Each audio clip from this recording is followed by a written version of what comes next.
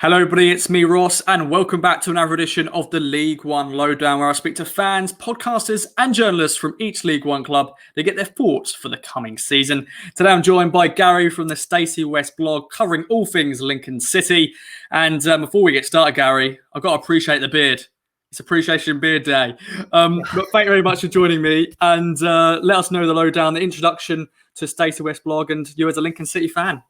Yeah, okay. So obviously I'm Gary, run the Stacey West blog. I've been a Lincoln City fan since I was 6 or 7 years old, so going on 36 years now. I was the club mascot for 16 years, so I was Poacher the Imp. I used to dress up and go all around the country. I've written a book about my experiences as the mascot called Suited and Booted, which has gone down fairly well. After I left the mascot role, I started writing about the club. I kind of dabbled a little bit anyway. And then just before Danny Cowley joined, I timed it very, very well. I started the Stacey West just to while away some time. And obviously, I started writing at the very start of what's been a phenomenal journey for Lincoln. So the site has grown as the club have got better and improved their position. So we now have written content, we've got video content, we've got podcast content. I think actually Lincoln fans will probably soon be sick of me, but I'll never be sick of Lincoln City. That's guaranteed. That's brilliant. And of course, Town and Lincoln City have got a bit of a rivalry, from that historical and that FA Cup game live on TV, the replay.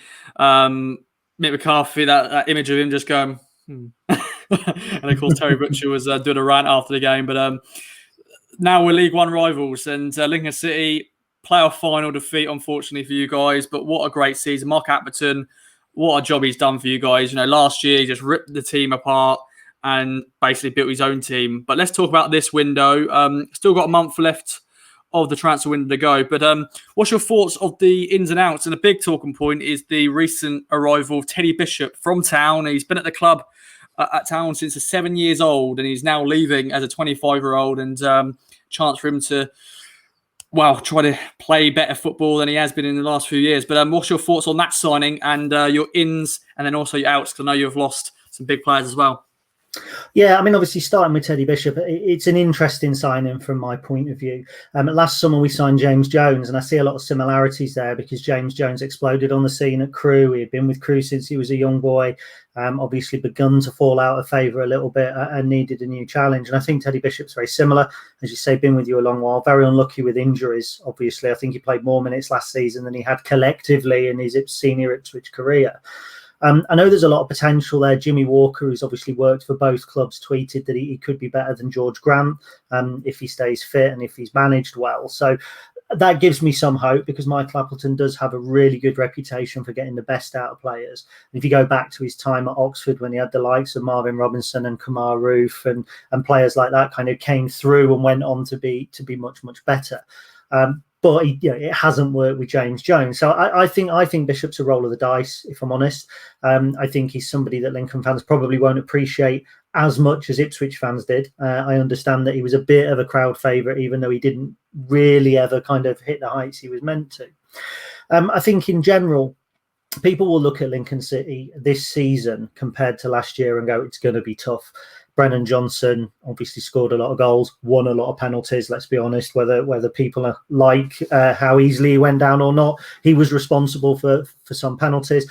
Morgan Rogers gets quite good press for the time he spent with us. I actually think he was a bit of a show pony. He scored a few really good goals, but there wasn't a lot of assists. And those two kind of get grouped together as for their big losses. Johnson is, Rogers, I don't think as big. We've obviously lost George Grant. Peterborough have done what they always seem to do and come in and buy one of our best midfielders just as they're getting good. They did it with Peter Gain. They did it with Alex Woodyard. That's what Peterborough do. Again, people will look at Grant and go, you're losing a lot of goals there. Yes, we are. I think he scored 15 or 16 for us last season. 11 or 12 of those came from the penalty spot. So I think that's really important to remember. And sometimes a casual observer doesn't pick that up. Not to say he wasn't a great player for us. So we do look decidedly weaker. And even in terms of squad depth, Harry Anderson left, who's won 3 trophies with us, 2 promotions with us, the most decorated Lincoln player in history. TJ Ioma, gone back to Spurs. Alex Palmer, gone back to West Brom. So on the face of it, there are a lot of changes at the club. Actually, that's probably not the case. We've got the nucleus of a really good side, the likes of Lewis Monsma, the likes of Teo Eden, Conor McGrandles, Liam Bridcut, Tom Hopper. So the core kind of spine of the side has remained very much the same. Our summer's been very, very slow. So we signed Dan Lunderloo, came in from Southampton. I think he'll probably have a decent season. He's played 12 times for them in the Premier League. We've touched on Bishop.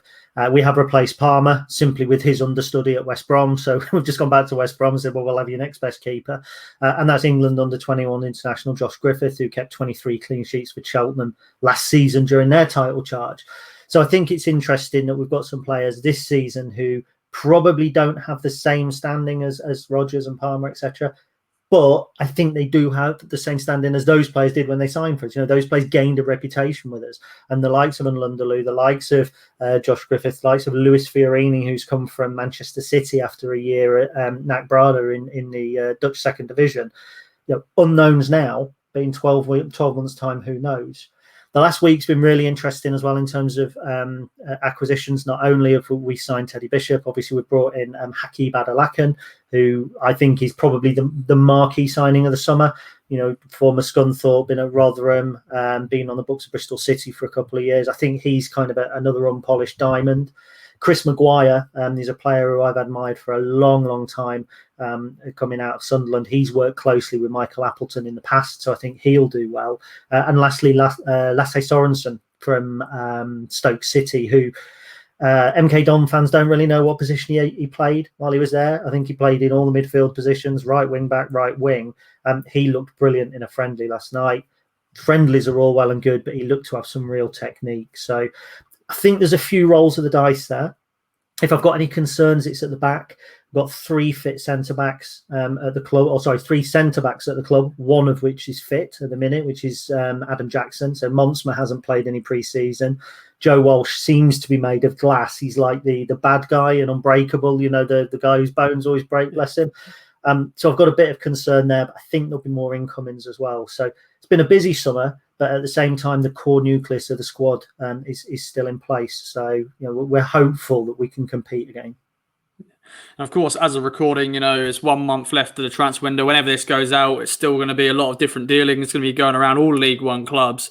But let's go into the season ahead. It's going to be one of the hardest to predict in terms of who's going to win the league, who's going to get into the autos, get in the playoffs. Last year, Lincoln City, as I said, sorry to bring up again, you lost in the final. What are you expecting for this season? Do you think it's not going to be a hard season? It's great. Fans are back. I think that's going to change a lot of how games are going to turn out this season because players they can't wait to play in front of crowds, but then also can they take it? Because some of these games and some of these grounds they'll be going to, like Hillsborough now, Stadium of Light, Fratton Park, Portman Road, all these other great grounds. Sissel Bank, of course. What's your take on this season ahead for Lincoln City? Do you think Mark Appleton can be part of that promotion charge once again? It's interesting. To pick up first of all there on your point about fans being in the stadium, I think we were sensational away from home last season. Our away form, I think we lost 2 all season away from home potentially. We certainly we lost. We drew Peterborough, Charlton. We lost. We put basically a reserve team out because our playoff place was already safe. So we were really, really good away from home. Our home form was a little bit hit and miss. The first game where fans were allowed back in was the playoff semi-final. We had 3,000 for Sunderland. And instantly the levels raised and we played really well. So in theory, you would think, well, if we can keep the away form going and put the home form together, then brilliant. You've got a title charge. It's not going to be like that. My real concern is the removal of the salary cap. And I know Ipswich fans will be absolutely delighted with the removal of the salary cap because, clubs with means can now spend the money that they earn rather than be kind of bound by red tape, which they were last year. But it means that there's some really big spenders. I know we'll maybe chat about that in a moment, but there are some teams who are spending above their means. There's the MK Dons, 120 quid in wages for every £100 they earn. That for me is abhorrent, but that's their choice, I guess. It's boom or bust. But there's a lot more money floating around. I think it's made recruitment harder. I think it will extend the gap between the haves and the have-nots. Howard Morecambe and Cheltenham, with the greatest respect, expected to compete against Ipswich and Wigan and MK Dons and Sunderland, who were willing to spend 750,000 or £1 million on players. It's not going to happen. So, whilst League One is always relatively unpredictable, I do think that there'll be a group of teams in the middle. There'll be one or two out in front, and there'll be one or two cut adrift. And if we're one of the teams that are in the middle, kind of towards the top end of that, then we're in with a shout at the playoffs. I think Michael Appleton is a winner. I think he understands how to play. When I say the right kind of football, that sounds really snobby, and Gillingham fans would shoot me down because they've not seen the right kind of football for a few seasons now. But he plays a brand of football that gets spectators on their feet. So having fans back in the stadium is going to be a positive for Lincoln, because we play the type of football that fans will cheer. And if you're in a big ground like, let's say, Fratton Park, and you start playing a Danny Cowley game, which I massive respect for Danny Cowley, but sometimes it's quite defensive, it's quite cagey, there's lots of work off the ball. 14,000 fans have paid 20-25 quid to watch that. They'll turn really quickly. So I think that's going to be an interesting factor as well. But Michael works well with young players. The success of our season depends entirely on how they respond to that. And again, I touched on it with our transfer, but if the likes of Luis Fiorini, if the likes of Lasse Sorensen progress at the same rate as like the likes of Theo Eden and the Lone Boys from last season, then we can be in with a shout. But it's going to be much, much tougher. Scoring goals is a priority. We haven't signed a kind of a big name centre forward because they cost a lot of money. Some clubs have got 3 or 4. I mean, Mo Isa is one who's caught my eye going to MK Dons. Obviously, Joe Pigott is a player that every team in the division would covet because he's a real born goal scorer as well. So, I think it's going to be challenging. I would like to say that we will be pushing for the top 6. My gut feeling is top 10. It'll look like a step backwards, but the thing is, if you progress 10% and the teams around you are progressing 30%, unfortunately, it feels like you're going backwards. But if we get through another season in the top half, just tucked in the top 10, hopefully top 6, with then an established League One side, team continues to grow, keep putting those roots down, and then you just keep building for next year. And eventually the league will settle down. Eventually the Sunderlands and the Ipswiches and potentially the Sheffield Wednesdays, the teams that really have no business in the third tier, will get out of the third tier. And then it will get back to being, maybe 1 or 2 big players, and then a group of teams like us, like Oxford, like Plymouth, potentially. Teams like that may then be knocking on the door. Well said as always, my friend. And you alluded it to earlier about Ipswich Town's transfer business. So let's quickly just get that as an outsider's point of view. Of course, we're talking points with the new ownership. Paul Cook's first full season in charge. We're making a lot of statement signings, 10 confirmed signings so far. What's your thoughts on it? You mentioned Joe Pigott. That's one of the big signings. Scott Fraser from NK Dons. I can name them all, but I won't name them all. But what's your thoughts on that? Yeah, I mean, again, I think, is it Connor Chaplin signed for a big fee, or a rumoured big fee? George Edmondson, a big fee. I mean, Joe Pigott was a free, I believe, but he's still going to command decent wages. I've got words like envy, jealousy, a degree of anger. Yeah, at least when there was a salary cap, you could look at these big teams and kind of go, well, you're down here, you deserve to be down there, you can spend with the rest of us. That's not the case this season. I'm not just saying this because I'm doing this video. I do have a slight soft spot for Ipswich, purely because of the FA Cup, purely because of the experience of coming down to Portman Road, and the staff were brilliant and we were welcomed by the fans. And it did feel a little bit like the big club putting the arm around the little club, and now we're on the same kind of battleground. It is a little bit different, I admit, but it is obviously some immense jealousy. But then when you've got a club who've played Premier League football and won European trophies and things like that, you have no business in League One. My understanding, obviously, with the new owners, is that that's long overdue for a club of Ipswich's size. With the greatest respect to Marcus Evans, I don't think he ever seemed to have the impetus or the drive or the means to take the club to the level that was required. From an outsider looking in, I always think Mick McCarthy did an all right job. It wasn't great football, but it was a case of better the devil you know, wasn't it, when he went out and Paul Hurst came in. So never liked Paul Lambert, absolutely despised John Nolan, awful human being. Sorry, John, if you're watching this. That tackle on Harry Anderson at our place last season was abhorrent. It was awful. But there is jealousy there, because Ipswich will rightly be challenging at the top of the table. And when you first came down, that should have been the case. Even with the squad that you had, it should have been the case. Lambert should never have been allowed to continue managing in League One. There should have been a wholesale change. and you would probably have got back up in, because last season was a decent League One. But when teams like Oxford, who were by and large fairly poor, and I think are just treading water under Carl Robinson, who's a manager I've got no time for, when they can get in the playoffs, it was almost a case of who wanted the playoffs less last year, not who wanted it more. That won't be the case this season, but Ipswich will be the right side of the playoff line, I think, in the top two.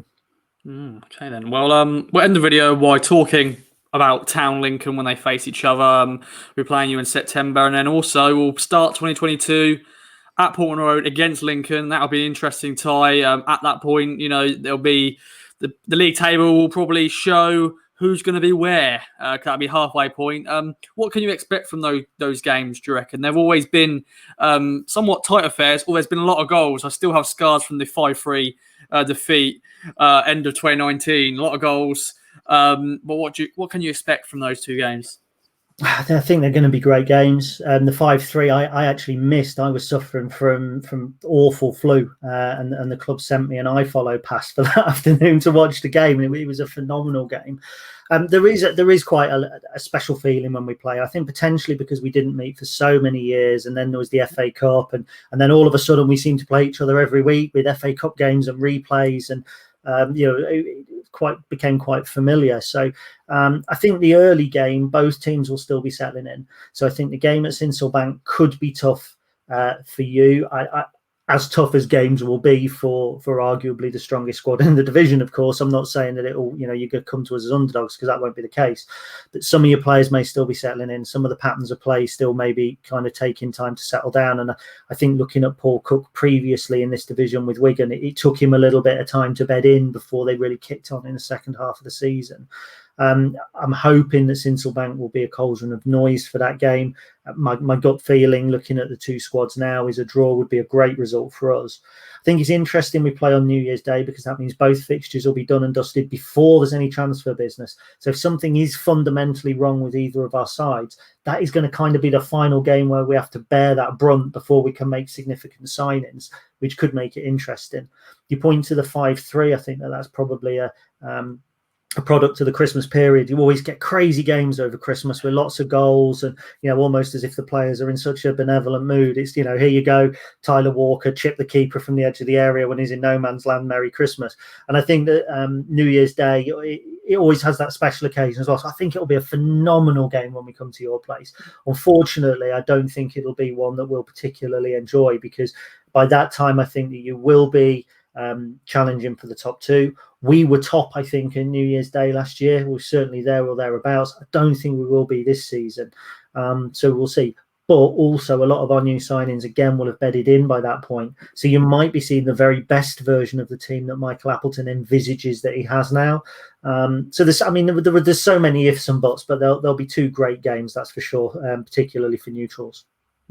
I know Town fans love going to Lincoln away as well. They love the away end there, and some of them are trying to get rid of the scars from the replay in the FA Cup, but I'm sure some people are over that now, and they cannot wait to go to Lincoln. Well, Gary, it's been a pleasure. Anything else you'd like to add before we wrap up?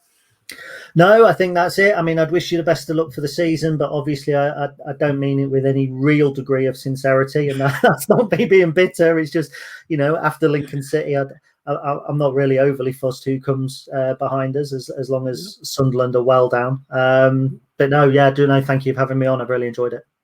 Oh, brilliant. Well, Lincoln fans, Town fans, whoever's watching, let us know in the comments down below your thoughts, and I'll be back for another edition of the League One Lowdown very soon. So stay tuned. Bye-bye for now. There we go, Gary. Thank you, my friend. That was perfect. There we go. A pro. You are a pro.